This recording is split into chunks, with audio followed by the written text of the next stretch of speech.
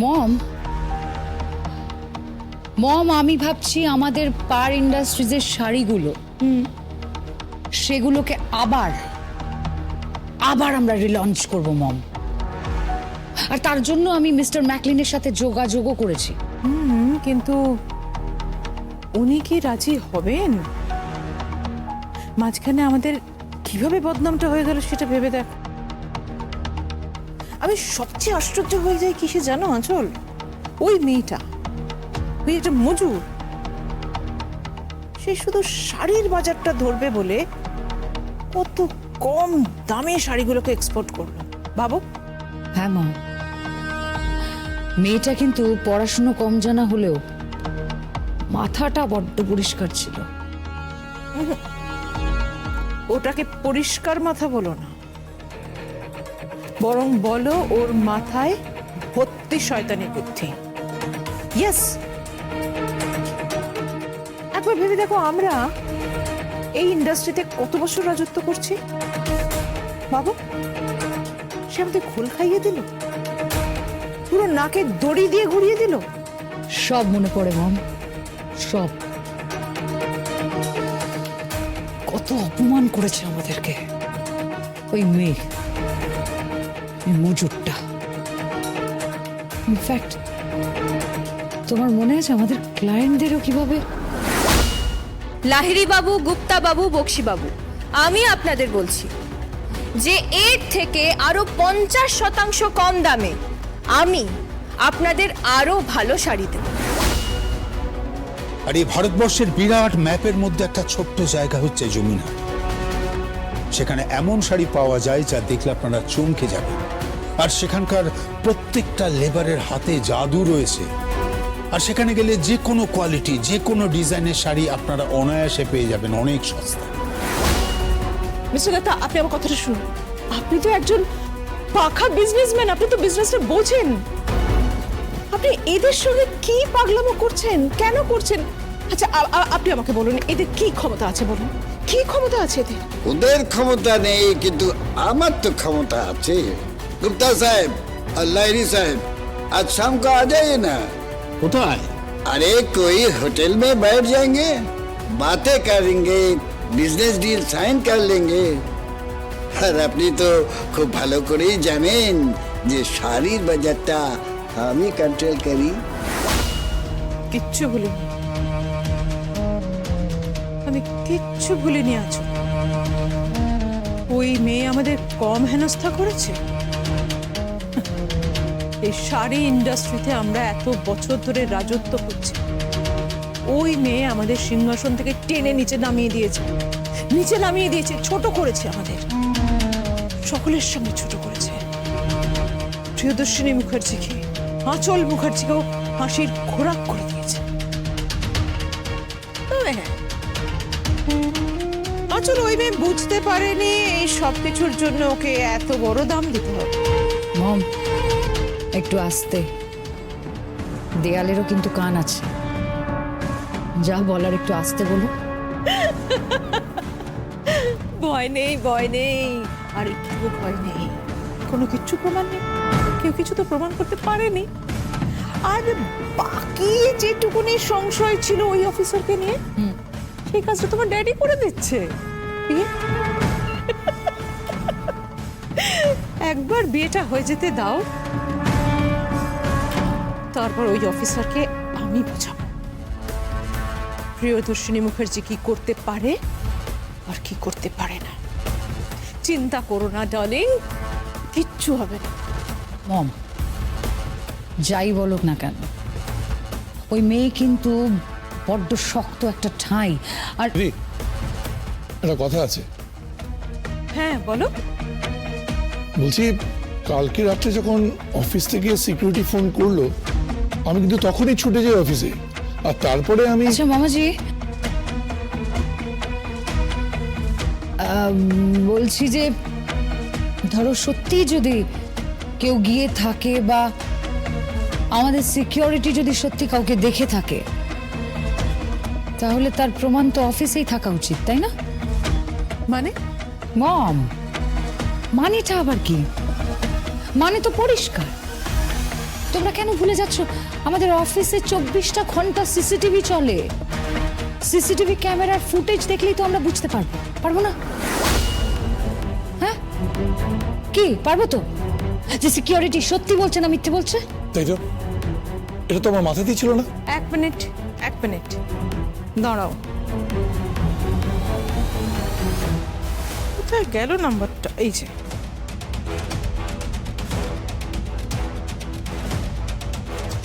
Hello, আমি madam বলছি। আপনি একটা কাজ করুন, একটু সিসিটিভি ফুটেজগুলো চেক করুন তো, দেখুন ওখানে কোনো খবর আছে কিনা। তাহলে বুঝতে পারবো যে সত্যি অফিসে কেউ ঢুকেছিল নাকি আপনার চোখের ভুল। না আমি ফোন ধরে আছি, আপনি আমাকে জানান। হ্যাঁ, আমি ওয়েট করছি।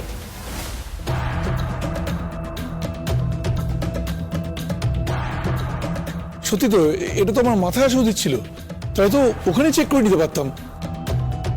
তুমি যে কি করে আমার ভাই হলেন আমি সেটাই ভাবি। হ্যাঁ বলুন। হোয়াট? ওই সময়টায় বন্ধ ছিল? আচ্ছা, ঠিক আছে, আপনি রাখুন। শুনলে তোমরা? ওই সময় সিসিটিভি বন্ধ ছিল। তার মানে মম, সিকিউরিটি কিন্তু মিথ্যে বলছে না, তাই না? নইলে ওই সময়টুকুর জন্য সিসিটিভি কেন বন্ধ হবে? যে কথাটা আমি বলতে এসেছিলাম, আমি যখন কালকে রাত্রিবেলা ওই অফিস থেকে বাড়ি ফিরি, তখন আমাদের বাড়ির সিকিউরিটি বললো যে সার্থক নাকি বাড়ি থেকে বেরিয়েছিল এই 1 ঘন্টা মতো, তারপরে আবার ফেরত চলে এসেছিল। মানে সার্থক অত রাত্রে বেরিয়েছিল? কোথায়? সিকিউরিটি তো কিছু বলেনি। আমি আমি আমি আমি সার্থককে জিজ্ঞেস করছি। 1 মিনিট দাঁড়াও। সার্থক, সার্থক, সার্থক! মা, সার্থকদা আর আপনার ছোট ছেলে তো একটু বেরিয়েছে। বেরিয়েছে মানে? রাত 10টা বাজে, এখনো তারা ফেরেনি? গেছেটা কোথায়? তা তো জানি না। বাহ, বাহ, তা তো জানি না বলেই খালাস, তাই তো? তা তো জানি না। কি করছো তাহলে তুমি? হ্যাঁ, পটের বিবি সেজে এই বাড়িতে কি করছো তুমি? কোথায় গেছে, কেন গেছে কিছু জানবে না, খোঁজ খবর রাখবে না, তা তো জানি না। কি করছো তাহলে এখানে? কি ব্যাপার, এত চেঁচামেচি কিসের? তোমরা তো বাড়িটাকে আর ভদ্রলোকের বাড়ি রাখলে না। মম প্লিজ মম, তুমি না সারাক্ষণ এই এদের হয়ে কথা বলাটা একটু বন্ধ করো তো, এটা তোমার অভ্যেস হয়ে যাচ্ছে। আমি কারো হয়ে কোনো কথা বলিনি। এত চেঁচামেচি কিসের সেটা জানতে চেয়েছি। কেন এত চেঁচামেচি করছো? কেন চেঁচাচ্ছি শুনবে গ্রানি? তোমার আদরের সার্থক আর সঞ্জয় কোথায় গেছে জানি না, কখন গেছে জানি না, এখনো বাড়ি ফেরেনি। তো চলে আসবে, ওরা তো আর কেউ বাচ্চা নয়, তার জন্য আরে বাড়ি মাথায় করবার কি আছে? হ্যাঁ, ওরা সবাই প্রাপ্তবয়স্ক। মা, তোমাদের আশকারা পেনে এইসব হচ্ছে, তোমার আর জামাইবাবুর। থাক, তুমি আর কোনো কথা বলবে না। তোমার মুখে না বড় বড় কথা মানায় না। আগে নিজের দিকে তাকাও। যত রকম অপরাধ আছে সব তুমি করো। মা, একদম গলা তুলে কথা বলবে না। এটা আমার বাড়ি, এখানে থাকতে হলে আমার সঙ্গে ভদ্র ব্যবহার করতে হবে, আর তা নইলে। মম, তুমি কতটা কি জানো বলো তো? তুমি জানো আমাদের আড়ালে, আমাদের চোখের আড়ালে কত কিছু ঘটে যাচ্ছে, আমরা কিছু জানতে পারছি না। কি হয়েছে? সে তো তোমরাও অনেক ঘটনা ঘটাও, সেটা কি সবাই জানতে পারে? গ্র্যানি, কি ঘটাই আমরা? কি বলতে আচ্ছা, তোমার বিহেভিয়ারটা এরকম কেন বলো তো আমাদের সাথে গ্র্যানি? তুমি কি মনে করো আমরা আমরা আমরা কি তোমার রাইভাল, শত্রু? না, একেবারেই নয়। কি হয়েছে?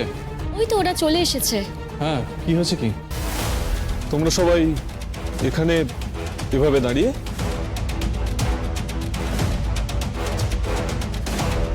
সার্থক, অনেক রাত হয়েছে, কোথায় গেছিলে? বাড়ি থেকে কিছু জানাবার প্রয়োজন বোধ করো না? মা, এমন কিছু রাত হয়নি, সবে রাত 10টা। তোমার দিদির আর মামার কাছে তো একটা সন্ধে। তোমরা তো প্রায় এই সময় পার্টি করতে যাও। এমনকি তোমরা তো শাড়িকে পর্যন্ত নিয়ে গেছো, কই তখন তো আমাদেরকে বলনি? সঞ্জয়, আমি মোম, চুপ, একদম চুপ করে থাকবে। আর তুমি কাল রাত্রিরে কোথায় গেছিলে? অফিসের সিকিউরিটি গার্ড বলেছে রাত্রিবেলা অফিসে কেউ গেছিল, তুমি কোথায় গেছিলে? আমি? হ্যাঁ তুমি, নাইটের যে সিকিউরিটি থাকে সে আমাকে বলেছে। কোথায় আর যাবো, বাড়ির বাইরেটা পায়চারি করছিলাম, ঘুম আসছিল না তাই। হ্যাঁ, তা এতে দোষের কি আছে? না, দোষের কিচ্ছু নেই গ্র্যানি। হ্যাঁ, রুফটপে যেতে পারতে, লনে বসতে পারতে, এত জায়গা আছে, হঠাৎ বাইরে কেন? বাড়িতে ভালো লাগছিল না তাই। কই, তোমার যে বাড়িতে ভালো লাগছিল না কিছু তো বলনি? আমার ইচ্ছে। আচ্ছা, ইচ্ছে, বেশ, কিন্তু আমাকে একটা কথার উত্তর দাও তো সার্থক। কালকে অফিসের সিসিটিভি ক্যামেরা নির্দিষ্ট সময়ের জন্য বন্ধ ছিল, সেটা সিকিউরিটি অফিসার আমাকে জানিয়েছে। তুমি কি এই ব্যাপারে কিছু জানো? এসব কথা ওকে বলছো কেন? না, দুটো ঘটনা তো প্রায় একই সময় ঘটা ঘটনা, তাই। তা আমি কি অফিসে চুরি করতে গেছিলাম নাকি? তখন থেকে যা ইচ্ছে তাই বলে যাচ্ছ। আর শোনো, আমার যখন মনে হবে সেখানে যাব, ওকে? না না না সার্থক, শোনো, সার্থক যেও না, সার্থক। দেখলে দেখলে, পালিয়ে গেল, পালিয়ে গেল, উত্তর দিতে পারছে না তো, এড়িয়ে গেল। আসলে তোমাদের মনে চোর তো, সেই জন্য তোমরা সবাইকেই তাই ভাবো। সঞ্জয়, ঘরে যাও। আর শাড়ি, রাত হয়ে গেছে, সবাইকে খাবারটা দিয়ে দাও। আর আপনি? না, আমি কিছু খাবো না, তুমি বরং এক গ্লাস দুধ দিয়ে দিও, তাহলেই হবে। আপনারা খাবেন তো? না, কিছু খাবো না, তুমি যাও। খাবারের উপর রাগ করবেন না, মাঝরাতে খিদে পেলে কিন্তু চোরের মতো করে শেষে খাবার খেতে হবে। এই শাট আপ, বড় বড় কথা, যাও এখান থেকে। দিদি, দেখলে সার্থক কেমন খেপে গেল? দেখেছি, দেখেওছি, বুঝেওছি। সার্থকের উপর একটু নজর রাখতে হবে, বুঝেছো? নজর রাখতে হবে।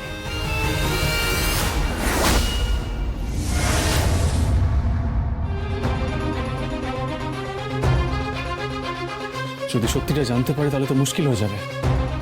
অফিসে সিসিটিভি আছে, ক্যামেরা আছে, আমার তো মাথা থেকেই বেরিয়ে গেছে। তাহলে কি সব প্ল্যানটা নষ্ট হয়ে যাবে?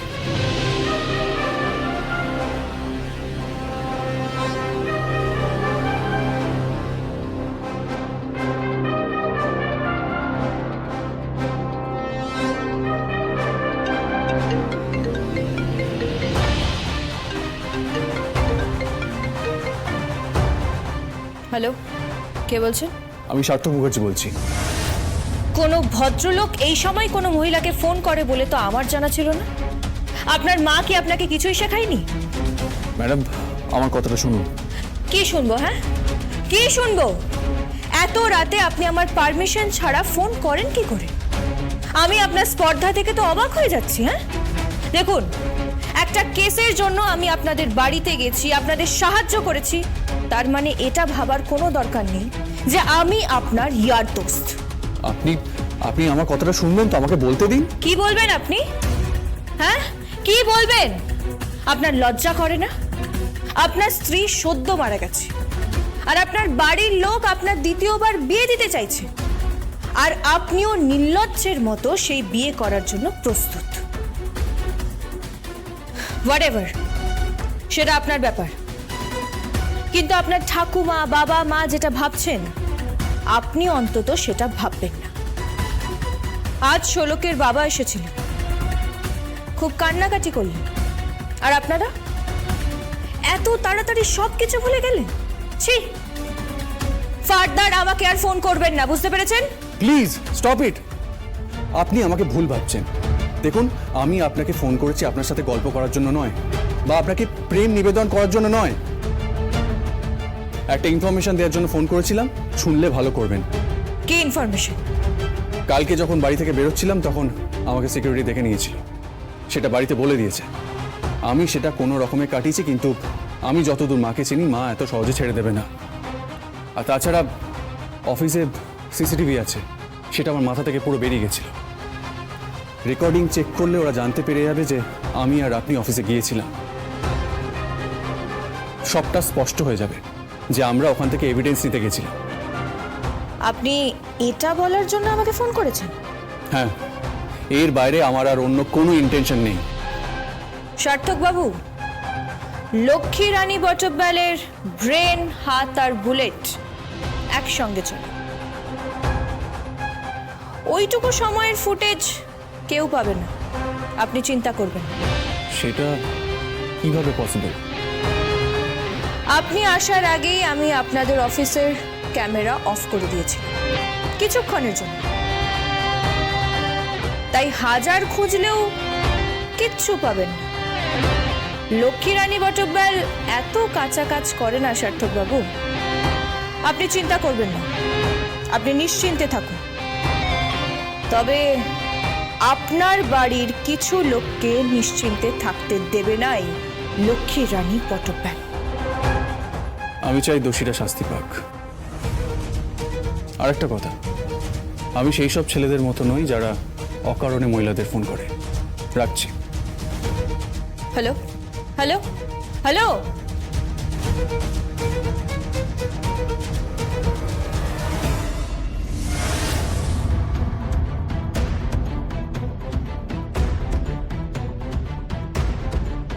কাকে ফোন করছিলে তুমি? প্লিজ গোয়েন্দাগিরি করো না, ছোট বাচ্চা নই আমি। মিথ্যে বলছো? মিথ্যে যখন বলছো তখন তো বোঝাই যাচ্ছে তুমি অনেকটাই বড় হয়ে গেছো সার্থক। তোমরা কিসের জন্য এসেছো? সার্থক, আমি তোমার মা, আমার কিন্তু রাইট রয়েছে তোমার ব্যাপারে সব কথা জানার। তাই জন্য বলো, কোথায় গেছিলে? সার্থক, মামাজি কিন্তু মিথ্যে বলছে না। মিথ্যে কথা আমি বলছি না, বললাম তো। এড়িয়ে যাচ্ছ কেন তাহলে? হ্যাঁ, কি লুকোচ্ছ তুমি? কি আড়াল করতে চাইছো আমাদের কাছ থেকে? মা প্লিজ, এত কারণ জানতে চাইছো কেন? তোমাদের কি কোনো ইন্টারেস্ট আছে? কি জানতে চাইছো? তোমরা কি কোনো কিছু আড়াল করছো?